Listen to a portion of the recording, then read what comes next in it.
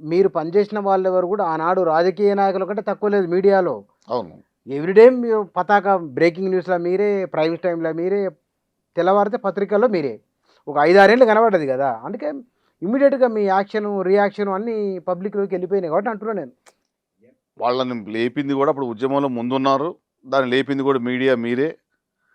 ఈరోజు చేసింది మీరే. పైకి లేపింది మీరే. కష్టం గూడా ఉందప్పుడు. అన్ని ఉద్యోగులంతా కూడా ఏకతాటిపైకొచ్చారు. అందులో డౌట్ లేదు. కానీ వాళ్ళు మిగతా కొంతమందిని విస్మరించి తొక్కేశారు. అందులో డౌట్ లేదు. వాళ్ళ వరకి వచ్చాక ఎవరు అవసరం లేదు. మేమే. అసలు ఉద్యోగ సంఘాలే వద్దు. అయ్యో! ఆ! రికగ్నిషనే వద్దు. మాకు రికగ్నిషన్ లేదు 10 సంవత్సరాలు. ఉద్యోగ సంఘాలే లేవు. జాయింట్ స్టాఫ్ కౌన్సిల్ లేదు. ఇప్పుడు ఈ 2 ఇయర్స్‌లో జాయింట్ స్టాఫ్ కౌన్సిల్ వచ్చింది. ఉద్యోగుల ట్రస్ట్ బోర్డ్ వచ్చింది. ఓడీలు సిస్టమాటిక్‌గా వస్తున్నాయి అందరికీ. మేము పోగలుగుతున్నాం, మాట్లాడగలుగుతున్నాం. పనులు అవుతున్నాయా లేదనేది మాకు అసంతృప్తే. మా సభ్యులతో పాటు మేము డైరెక్ట్‌గా చెప్పలేకపోవచ్చు కానీ మాలో కూడా అగ్నిపర్వతాలు ఉన్నాయి. మా సభ్యులకు ఉన్నట్టే పెండింగ్ బిల్స్ ఉన్నాయి. వేల కోట్లు ఉన్నాయి. 2,000,00,00,000 మొన్న రిలీజ్ అయినాయట గదా! ఇంకా 10,000 కోట్లు ఉన్నాయి. ఎవ్రీ ఇయర్ 500 మంది రిటైర్ అవుతున్నారు. పెన్షనర్స్ బాధ వాళ్ళు పెట్టే మెసేజ్‌లు చూస్తే జనరల్‌గా ఒక పెన్షనర్ ఒక 60 ఏళ్ళు పనిచేసి, 61 ఏళ్ళు పనిచేశాక పిల్లకి పెళ్లి చేద్దామనో, కొడుక్కి ఫీజు కడదామనో, తల్లిదండ్రుల ఆరోగ్యమనో, ఉంటది. ఉంటది. ఈయన ఇల్లు కట్టిన అప్పు కడదామనో, ఆయనకున్న మోకాళ్ళ ఆపరేషన్‌లు, వెన్నుపూస ఆపరేషన్‌లు చేసుకుందామనో, అవన్నీ కూడా గవర్నమెంట్ ఇచ్చే బక్షీస్ ఇచ్చేది కాదు. అవును. వాళ్ళు పెట్టి దాచుకున్నారు. జీవితకాలం దాచుకున్న డబ్బులు జనరల్‌గా ఇంటికి పోయే రోజు తీసుకొని పోతారు. ముందే డ్రా చేసుకుంటారు. 2 ఏళ్ళైనా రాని పరిస్థితి ఉంది. కొన్ని గ్రాట్యుటీ ఉంది రావాల్సింది. సరెండర్ లీవ్స్ ఉన్నాయి పెన్షనర్స్‌వి. వాళ్ళకి మేము ఏదో నోరు పెట్టుకొని బెదిరిస్తున్నాం తప్ప, వాళ్ళ ఇబ్బందులు ఎవరికి సో, చెప్పాలి? వాళ్ళు బెనిఫిట్స్ ఏమి ఇవ్వట్లేదా అసలు? Only medical reimbursement green channel అయింది. Supplementary channel salaries green channel అయింది. తర్వాత జీపీఎఫ్ పెన్షనర్స్ వరకి క్లియర్ అయింది. కమ్యుటేషన్ అయింది. ఇంకా టీజీజీఎల్ఐ ఉంది. గ్రూప్ ఇన్సూరెన్స్ ఉంది. సరెండర్ లీవ్స్ ఉన్నాయి. గ్రాట్యుటీ ఉంది. ఇప్పుడు ఎట్లుంటుందంటే ఆ 2,00,000, 3,00,000, ఆ 10, 20, 30, 40, 50 లక్షలే వాళ్ళ జీవితం. మిగతా వాళ్ళకి అది జీవితం కాదు. మా ఉద్యోగులకు అదే జీవితం. ఇన్‌కమ్ సోర్స్ ఉండదు గదా! ఇన్‌కమ్ సోర్స్ ఒకేసారి ఒక ఎంప్లాయీ రిటైర్ అయిపోతే ఒక 2,00,000, 1,50,000, ₹1,00,000 జీతం వచ్చాడు సడెన్‌గా 40% పడిపోతాడు. సడెన్‌గా ఒక నెలలో పడిపోతే ఎక్స్‌పెండిచరు కొడుకులు, బిడ్డలు పుట్టి వాళ్ళ పెళ్ళిళ్ళయి మనవళ్ళు, మనవరాలొచ్చి ఎక్స్‌పెండిచర్ రోజు రోజు పెరుగుతుంటది. తాత మీద, మా తల్లిదండ్రుల మీద ఆధారపడే వాళ్ళు పెరుగుతుంటారు. ఇది ఇన్‌కమ్ ఒకేసారి పడిపోద్ది. వయస్సు ఇంతకుముందు ఇయన్నీ మిగతా ఫీల్డ్‌లో మీరు చూడండి 60, 61 ఏళ్ళు అయిపోయాక గూడా ఫిట్‌గా ఉంటారు అందరూ. ఎంప్లాయీస్ 61 ఏళ్ళు దాటాక రిటైర్మెంట్ అయినట్టు కనిపిస్తారు. ఎందుకు? ఆర్థిక ఇబ్బందులు, గడ్డం గిక్కోరు, బట్టలకు ఇస్త్రీ ఉండదు, పైసలు చేతిలో ఉండవు. గట్టిగా అటు ఇటు తిరగలేరు. ఎందుకంటే జేబులో పైసలు ఉండవు గదా! పిల్లగాళ్ళు అమెరికాలోనో, ఇంగ్లాండ్‌లో ఉంటే తప్ప వీళ్ళు బయట తిరగలేరు అంతా. ఇంతకు ముందులాగా తిరగలేరు. ఇంతకుముందు వెహికల్ ఉంటది కారు. కారు డ్రైవర్ ఉంటాడు. ఇప్పుడు కారు ఉండదు, డ్రైవర్ ఉండదు, మోటార్ సైకిల్ తోలడానికి ఓపిక ఉండదు. ఇంట్లో ఉన్నోళ్ళు కూడా నీకేం పని యాడికి పోతావు అంటారు. అంటే ఒకేసారి వృద్ధాప్యం మీద పడిద్ది. ఈ పైసలన్నీ వచ్చుంటే కొంత సంతృప్తి ఉంటది. బ్యాంక్‌లో 2,00,000 ఉంటే అమ్మ! అని ఫ్రీగా కర్ర పట్టుకోనో లేదో వాకింగ్‌కి సీరియస్ ఒక ధైర్యం, చేయగలుగుతాం. మానసిక ధైర్యం మానసిక ఉంటది. ధైర్యం ఉంటది. అది పెండింగ్ బిల్స్‌ది గవర్నమెంట్ చేయాల్సిందే. దాన్ని మేము అడుగుతూనే ఉన్నాం. ఫస్ట్ 500 కోట్లు అన్నారు, 750 అన్నారు, 1000 అన్నారు, 2,000 కోట్లు అన్నారు. మళ్ళీ ఇప్పుడు 1000 కోట్లు అంటే కూడా సరిపోవు. ఈ 1000 కోట్లు ఇట్నే ఇచ్చుకుంటూ పోతే 2028 మళ్ళీ అక్టోబర్, డిసెంబర్ వచ్చే వరకు కూడా క్లియర్ కాదు. మేము మళ్ళీ 2,000 కోట్లకి ఇయ్యండి. ఈ డిసెంబర్ క్లియర్ అయింది. ఇక రెగ్యులర్‌గా స్ట్రీమ్ లైన్ అవుతది. పెండింగ్ బిల్స్ సంబంధించి. దాంతోపాటు పీఆర్సీ 3 సంవత్సరాలు దాటిన పీఆర్సీ ఉమ్మడి ఆంధ్రప్రదేశ్ చరిత్రలో కూడా లేదు. అది గత ప్రభుత్వం కావచ్చు, ఇప్పుడు ప్రభుత్వం కావచ్చు. గత ప్రభుత్వాన్ని అని అంటున్నాం.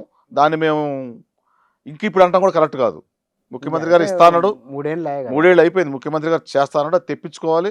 ఇక నెక్స్ట్ మాది పీఆర్సీ, డీఏలు 5, 6 సెంట్రల్ ఇస్తే 6 అయితే లేకపోతే 5 డీఏలు పీఆర్సీకి వెళ్తే ఒక్కొక్కరికి 10,000-30,000 శాలరీ పెరిగిద్ది. అది మాకేం ఉట్టి పెరిగేది కాదు మళ్ళీ. ఇప్పుడు అది కూడా అంటే ఇందాక పాతాయాన్ని కలుపుకుంటే. ప్రజలందరూ మీ మీద జెలసీ అని. అంటే పాతాయాన్ని కలుపుకుంటే. కన్జ్యూమర్ ప్రైస్ ఇండెక్స్ టమాటాల రేట్ ఎంత ఉంది? మేము 30 ఏళ్ళు కష్టపడి చదివి అన్నీ వదిలిపెట్టి నమస్తే పెట్టుకుంటా ఎక్కడ బయట మాట్లాడుకుంటా మాలాంటి వాళ్ళు మాట్లాడతారు తప్ప మిగతా వాళ్ళు మాట్లాడడం లేదు కదా. మాకు ఎగనెస్ట్గానే ఫేవర్గా మాట్లాడేవాళ్ళు ఒక 50,000 మంది ఉంటారు. మమ్మల్ని గుడ్డిగా ఫాలో అయ్యేవాళ్ళు 13 లక్షల మంది ఉంటారు. వాళ్ళ వెల్ఫేర్ చూడాలి మేము. మమ్మల్ని వీళ్ళు మా నాయకులు ఏదో చేస్తారని ఫాలో అయ్యేవాళ్ళు 13 లక్షల మంది కానీ ఉంటారు. సిన్సియర్ ట్యాక్స్ పే చేసేది గవర్నమెంట్ ఉద్యోగులే కదా. శాలరీ ఎంత అయిపోతుంది. పెరిగినా ఎక్కువ శాలరీ ఉంటే 4 నెలలు పోద్ది, తక్కువ ఉంటే నెల పోద్ది. కంపల్సరీ ట్యాక్స్ కట్టాల్సిందే. అనివార్యం ఈ అది. ట్యాక్స్తో పాటు ప్రాపర్టీని డిక్లేర్ చేయాలి. ప్రైవేట్ మళ్ళీ ఇన్కమ్ ట్యాక్స్ మళ్ళీ సబ్మిట్ చేయాలి. ఫామ్ 16 కాకుండా. ఇన్ని కట్టినా మా బిల్స్ మేము అడిగేది ఫస్ట్ తారీఖు శాలరీ వస్తుంది. మేము ప్రభుత్వానికి దానికి పూర్తి కృతజ్ఞత. అంటే 1వ తారీఖు వచ్చినా 20 వచ్చినా ఒకటే అంటారట కాదు. బిల్స్ అన్నీ కూడా 1వ తారీఖు అనేది లెక్క ఉంటుంది ఎవరికైనా 1 నుంచి 5 వరకు. నమ్మకం, క్రెడిబిలిటీ పబ్లిక్‌కి గవర్నమెంట్ ఎంప్లాయ్‌కి ఏది ఇచ్చినా 5వ తారీఖులోపు ఎంతో కొంత ఇస్తారని నమ్మకం. ఆ నమ్మకం అయితే వచ్చింది ప్రభుత్వం ద్వారా. ఈ పెండింగ్ బిల్స్ క్లియర్ కాకపోతే మాత్రం ప్రభుత్వానికి మేము చెప్పినా మా సభ్యులు గత ప్రభుత్వంలో అయింది కదా, నాయకులంతా ఒక పక్క అయిపోయారు, కింద క్యాడర్ అంతా ఒకపోయింది. క్యాడర్ గవర్నమెంట్కి ఎగనిస్ట్ అయింది, నాయకులు మాత్రమే గవర్నమెంట్ ఫేవర్గా ఉన్నారు. ఇప్పుడు మేము గవర్నమెంట్కి అనుకూలంగా ఉన్నట్లే ఉన్నాం, చేయించుకోవాలి పనులు, ఉంటాం కూడా, పనులు కావాలి. కానీ ఇదే పరిస్థితి కొనసాగితే వాళ్ళు పక్క అయిపోతారు, మేము మిగిలిపోతాం, గవర్నమెంట్కి ఇబ్బంది అవుతుంది. అది ఈ భావవ్యాప్తి, ఈ ప్రచారం మా పెన్షన్ సంఘాలు, ఉపాధ్యాయ సంఘాలు, అదేవిధంగా మా ఎన్జిఓలు కానీ టీజీఓలు కానీ ఒక్కొక్కటి క్రిందికి పోతే మనం బ్యాక్ బుల్లెట్ అయిపోయి అది అటు పోయాక ఇటు రాదు. అది పోకుండా చూసుకోవాల్సిన బాధ్యత గవర్నమెంట్కి ఉంది. కానీ ఇక్కడ అంటే గవర్నమెంట్ క్షేత్రస్థాయిలో జరుగుతున్న విషయాలు ఏమిటో గమనిస్తున్నట్లు అనిపిస్తున్నది మీకు? ప్రభుత్వానికి ఈవెన్ ముఖ్యమంత్రి గారికి కానీ డిప్యూటీ సీఎం గారికి కానీ పూర్తి అవగాహన ఉంది. మాకున్న 64 డిమాండ్లు వాళ్ళు నోటికి చెప్పగలుగుతారు. డిఏల గురించి మేము అదైతే సక్సెస్ అయ్యాం. జేఏసీ 206 సంఘాలతో జేఏసీ పెట్టి ఎన్ని సంఘాలు? 206 సంఘాలు ప్రభుత్వ ఉద్యోగులే, ప్రభుత్వ ఉద్యోగుల సంఘాలు. అంటే ఉన్న సంఘాలు అన్నీ రద్దు చేశాక ఎవరి సంఘాలు ఏర్పడ్డాయి. ఇప్పుడు joint staff council 9 permanent, 6 rotation బేస్లో ఉన్నాయి పెద్ద సంఘాలలో. ఇంకా పెద్ద సంఘాలకు రావాల్సి ఉన్నాయి ఇందులో రొటేషన్. ఇందులో ఉన్నాయో 200 అంటే విపరీతమైన అన్ని సంఘాలు. ఉమ్మడి ఆంధ్రప్రదేశ్లో కూడా లేదు, తెలంగాణ యాజిటేషన్లో కూడా లేవు, ఇప్పుడు ఉన్నాయి. ఎందుకు వచ్చినాయి అంతగానం? అన్నీ ఉన్నాయి రకరకాల ఒక్కో డిపార్ట్మెంట్లో క్యాడరు.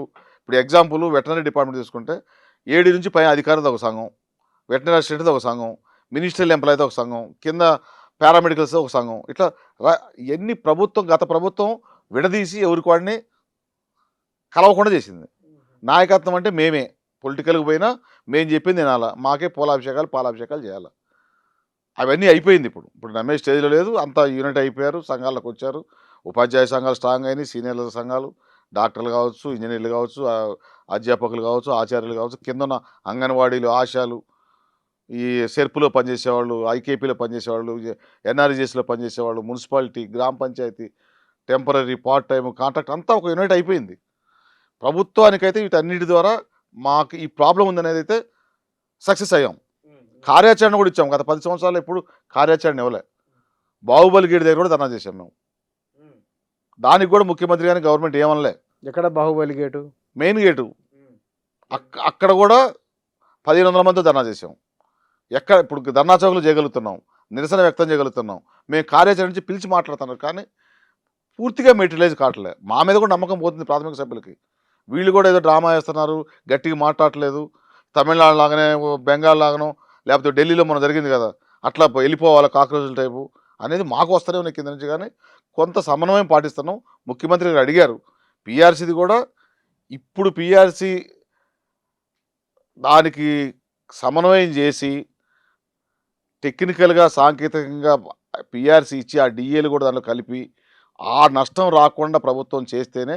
ఇప్పుడు 2 ఎమ్మెల్సీలు ఉన్నాయి, గ్రాడ్యుయేట్ ఎమ్మెల్సీలు, 3 జిల్లాలు, అంటే పాత జిల్లాలు ఆల్మోస్ట్ ఆల్ సగం తెలంగాణ ఉంది, ఓట్లు మీవే ఉన్నాయి, సగం తెలంగాణ ఉంటుంది. ఈ పెండింగ్ బిల్స్ విషయంలో, పీఆర్సీ విషయం, డిఏల విషయంలో, అదేవిధంగా ఇప్పుడున్న హెల్త్ కార్డ్స్, ఈ 3 సిపిఎస్ ఎంప్లాయీస్ 317 మేజర్ ఇయే. చాలా డిమాండ్లు ఉన్నాయి, అన్నీ చేయలేదంటలా. మేము 64 డిమాండ్లు, 34 డిమాండ్లు సాల్వ్ అయినాయి. ఇండివిజువల్ డిపార్ట్మెంట్లీ కొన్ని సంఘాలకు సంబంధించిన అయినాయి, ఇంకా కొన్ని కాదు. ఇప్పుడు సంఘాలకు ఇంకా రికగ్నిషన్ లేదు. ప్రభుత్వం ఈ మధ్య కూడా అధికారులు దాన్ని కింద మీద నడిపిస్తున్నారు. అసలు అర్థం కాదు వాళ్ళకి, ఎందుకంటే 10 yearsలో ఫైలేలు వేడ. ఇవన్నీ కాకపోతే కూడా ఎలక్షన్స్లో గ్రాడ్యుయేట్దే కాదు, గ్రాడ్యుయేట్ ఎలక్షన్లో మా వాళ్ళు ఉన్న భావవ్యాప్తి ఎక్కువ ఉంటుంది. మేము ఓటింగ్ డైరెక్ట్గా వేయరు మా వాళ్ళు.